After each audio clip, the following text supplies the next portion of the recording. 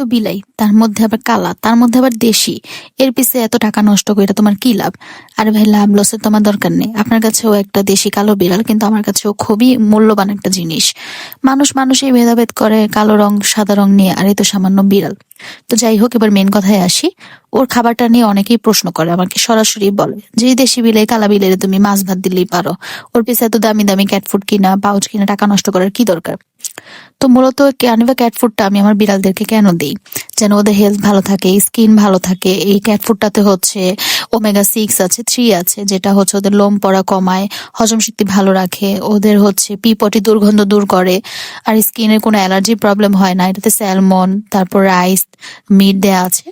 তো যাই হোক, সব মিলিয়ে মূলত একটা ভালো একটা খাবার, যেটা আমার বিড়ালের রোগ প্রতিরোধ ক্ষমতা বাড়ায়।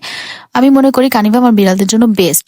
তো যেটা আমার বিড়ালের জন্য বেস্ট, ওটা আমি কেন হালুমকে দিব না? আশা করি হালুমকে নিয়ে আর কেউ কোনো নেগেটিভ কমেন্ট করবেন না। আর যদি পারেন কষ্ট করে ওর জন্য দোয়া করবেন, ওর জন্য ভালো